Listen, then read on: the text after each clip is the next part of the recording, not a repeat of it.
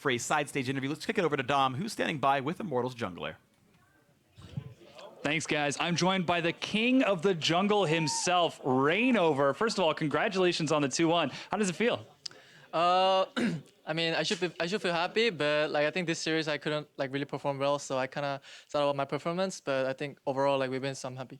Yeah. Well, what about your performance was it that makes you kind of feel a little wishy-washy? I think, yeah, I think overall like this series I didn't like play as well as the other series, so I'm kind of guilty for my team. But I think I just did like my job when my condition is not good, so I think it's just fine. Yep. Well, luckily you do have some of the strongest solo laners in the league. How on earth are you able, as a jungler, to decide which of these lanes to influence with Wild Turtle, Pobelter, Huni? I think like everything is like depends on case, but like if I wanna like make it like really simple, then it's just like play through the strongest, you know? Like if your top laner are strongest in the game, like for example, like you win 2v2, so then you should approach 2v2 top. And then if obviously like if you're losing bot 3v3, then you should not like go bot, but like maybe you can like put some safe vision, defensive vision, and then like put the offensive topside vision to like snowball. So it's like if I put it really simple, then it's mostly like this, but it just depends on case everything. So I cannot really explain. Yeah, well, how are you able to prepare as a team? I mean, Immortals right now, second place in the league so far, only one match loss over the course. How are you able to stay on top of all of these games? I think our only loss was against TSM, and then that game we just make ton of mistakes, and then we deserve to lose. So like I think like overall like most of the series like every team is making mistake, and like us like we make so much mistake in this series too. So like I think we'll just keep trying to like improve on making less mistake, and then we're just the team who make like less mistake than opponent teams. So I think we're just like having a lot of like victory by just securing the mistake. Well, that seems like that's working out pretty well. So one final question for you. Right now, the rest of the league seems like it's mostly figured out, but are there any teams that you're afraid of playing against? No, like it's not afraid, because like you should never be afraid of any team when you're a pro gamer. It's like really sad. So I mean, I'm not afraid of any player or any team, but we're just really looking for playing against TSM, because I think for now, us and TSM like kind of secured our first and second place, because like the gap is already like 5 wins between like third place and fourth place. So I think our practice on scrims are like based on good strategy against TSM.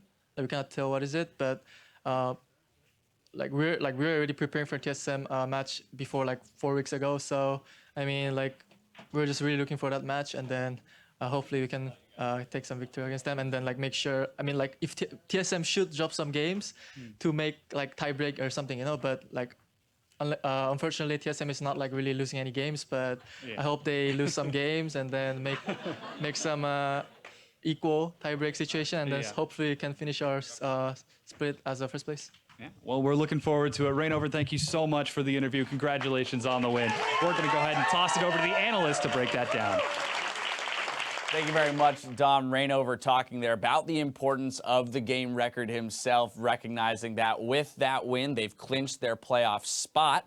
We just don't know which playoff spot they're going to have necessarily, and that's really what he's talking about. But within that interview, I think the thing that I love to hear the most, or I was most interested in, is his point specifically in this series about needing to capitalize on mistakes. Because of the fact that we're so used to seeing Immortals having commanding early game victories and then pushing those leads forward, the story in this series more often than not was CLG actually finding the early leads and Immortals having to have a way to claw back into it. Yeah, especially on Darshan in the top lane. And, you know, they talk about it on the cast where it's like Huni, maybe he tilts a little bit. I think he's getting over that. I think he's much more confident now. And that he's, especially on a champion like Lissandra, like you're able to catch people out of position and you still do your job even without a lot of gold. So capitalizing on mistakes because the pressure's on you and identifying those mistakes and not being hesitant to jump on them shows great resilience from them, because they actually weren't really ever behind in that third game. Yeah. Like, because of the fact that Wild Turtle got that top turret off of that 2v2, they had a like 1,000 gold lead for majority of that game, and then it just ballooned from there. Yeah, exactly. This game, we just kind of had another one of those. The gold distribution is very skewed, because 4 early kills going over to Darshan meant that there was a lot of power sitting on that horse,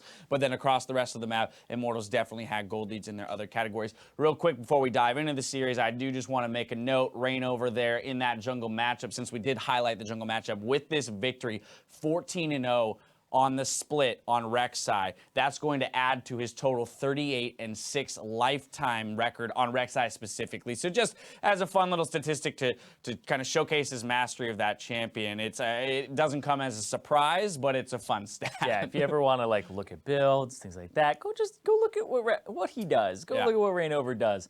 38-6 across multiple, like we're talking like that's Worlds, that's also accounting like USCS. Like that's insane that he's able to perform at that level every time he gets Rek'Sai. And he might not be the happiest with his performance in this series, but overall, he is a stellar player. Now, diving into this series specifically, we did see that weird gold kind of shift in terms of, all right, we've got a 4-kill Hecarim early on in the game. Actually, 4-2-0 perfectly matched one of his scores on his Jax game in game 1. So you look at this, you say, okay, he's set up with a huge gold lead in his 1v1 matchup in the side lane as he was in game 1. Now, the difference, of course, is that it's a different matchup. Yeah. You've now got a Hecarim into a Lissandra, and typically we like to see Hecarims make those TP flanks, really disrupt and dive backlines. Yeah. But I almost feel like in this scenario, I would have preferred to see them play the 4-1 and turn Hecarim into a split pusher. Yeah, especially once he gets Trinity Force, like Lissandra's not able to hold up against him. She can wave clear a little bit, but Huni was just so far behind, incredibly late Rod of Ages, sat on Catalyst for a very long time, and you have like all the parts of Trinity Force, and it's like that guy doesn't even have Roa yet. It's like feels really good. Yes, it and does. I feel like he should get more assistance there. I think that they should have done what they did in game 1 and played towards Darshan then and allow him to carry the game, because he was in a perfect position to do so. Exactly. And they didn't really set him up to do it. Yeah. Instead, he had to enter the fights, and they weren't always the best entrants. Well, and that's the thing. I feel like they played to the win conditions of the team comp from Champion Select. Yeah. They didn't play to the win conditions of the team comp as the game had played out and the current game state. And that's something that we need to see teams do, or be able to think more proactively within the game about how they should adjust strategies. Just to kind of illustrate this point, 16 minutes into the game, we've got a mid lane fight here. CLG opting for that teleport flank. Darshan doesn't pull off the moves he needs to in order to make this an effective fight. Yeah. Stuffed by the Azir ult. Yeah, ends up hitting Pobelter backwards, decides not to chase him down, but Pobelter's ultimates were pretty much focusing down Darshan every single time. We saw it near the end of the game as well. That very final fight where he's like, Darshan is sitting there in a bush waiting forever, and then when he's like, all right, it's time to go, Pobelter's like, oh, all right, let's keep going fighting over here. We're good. Let's keep going, guys. Corral the horse. Fight everywhere else. So it was really Pobelter who stepped up and just shut down Darshan from getting into the Very fights. much so. And allowed Huni to focus on CCing backline. Because if you're a Lissandra, your instinct is to really just go after the person who's been messing you up all game and be like, all right, let's get our revenge, guys. Everybody gang up on him and ulti that guy, where we would leave their backline threats completely like just free to do whatever they want. Exactly, I was going to say exposed, but like, no, that means that they're in danger. They Exactly. would have been able to have They're their running free. They get to do what they want. But I think that fight does continue to reiterate some of the issues that we've had with Darshan as a player in this split in particular, and just the fact that he never used his ultimate there. Yeah. We've seen players use ultimate Hecarim ults to go through Azir ults. He opts not to do that or even use it at all in that fight, pays dearly for it. I want to push us ahead 24 minutes into the game. CLG once again being the aggressors here on a dive towards Immortals. Immortals going to play this one out nicely. Yeah, this looks like Pobelter's about to go down here. Really well played there from Darshan. That time, ulti's over so he can get over, then the E backwards. But then this is where they get a little bit greedy.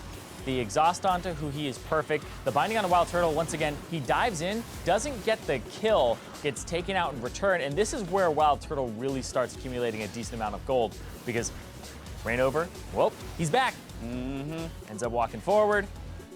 Who he loses his Guardian Angel. So losing your GA is actually really big, especially at this point in the game, because you're waiting until at least a fight and a half later when it's back up. And these are those mid-game fights. These aren't those long, like late-game team fights where everybody's like, all right, we'll fight now. Okay, that was even. 5 minutes later, so we all have flash, we'll fight again.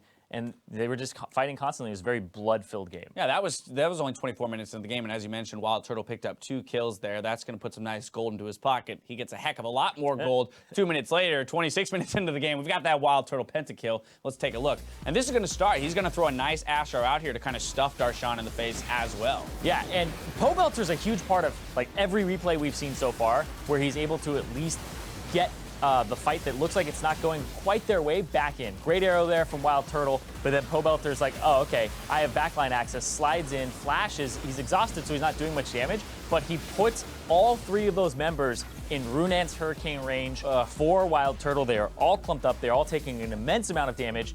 And, hey, man, we've seen 2 Ashe pentakills now. Feel like you can't ignore that champion. That's very true. No, I mean, yeah, you definitely can't ignore Ashe. And I think, again, what's showcased here is when you can't assassinate the Ashe in the back line with, say, the Hecarim, you see the power of that chase down, the re-engage from the team and her slows along with the, the activated Q just wrecking people. Yeah, and the fact that he has a Karma behind him as well, like that really throws a wrench in the plans of Hecarim. Hecarim wants to go in and absolutely obliterate somebody, and when they get all these shields, when they like you get rooted or slow, and then he's like lock it that thing, we're good, and it sucks for the Hecarim. Like I think we've seen a couple games now where Hecarim top, his only purpose in life is to kill the AD carry right off the bat and just decimate a team fight. And when he's not able to do that, then he's not useful at all. Now, when you're not able to do that, the opposing ADC gets player of the game. They go. Now, this was not Darshan's doing. It was Wild Turtle's doing. But Wild Turtle, 11-3-8 on Ashe, picking up that pentakill.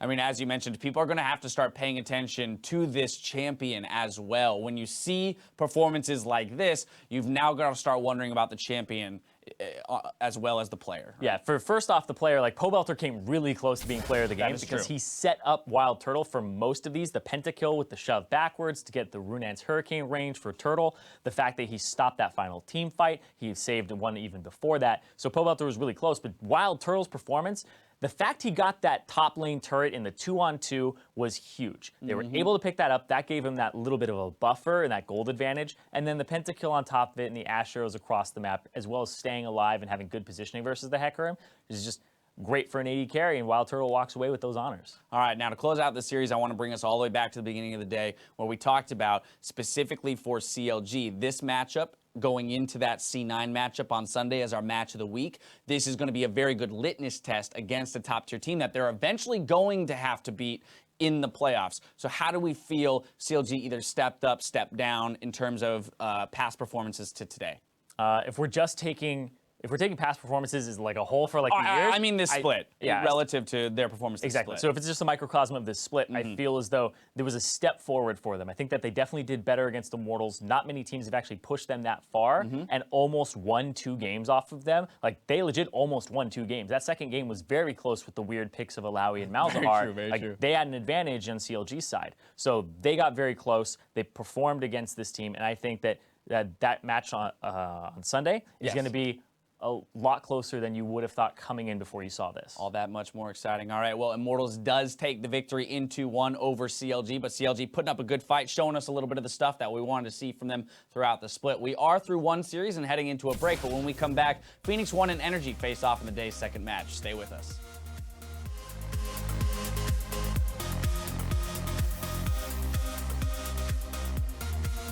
Counter Logic Gaming have their work cut out for them. CLG in Game 3 against Immortals.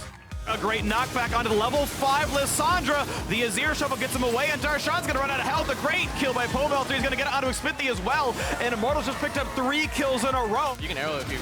I'm good. I think Ryan's trying to go at me. Dragon? I'm going. Rise. When's your shield?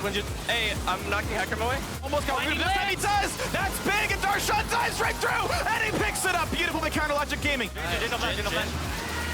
On top. Pentakill. Nice! Go Nash. Woo! Pentakill! Darshan does get in, but he only fears Adrian. The kite back is great by Immortals. They should be picking up the jungler. A knockup for Rain over the arrow on a stick. Say 2 kills picked up already. That's the game. That's the match. That's playoffs secured for Immortals.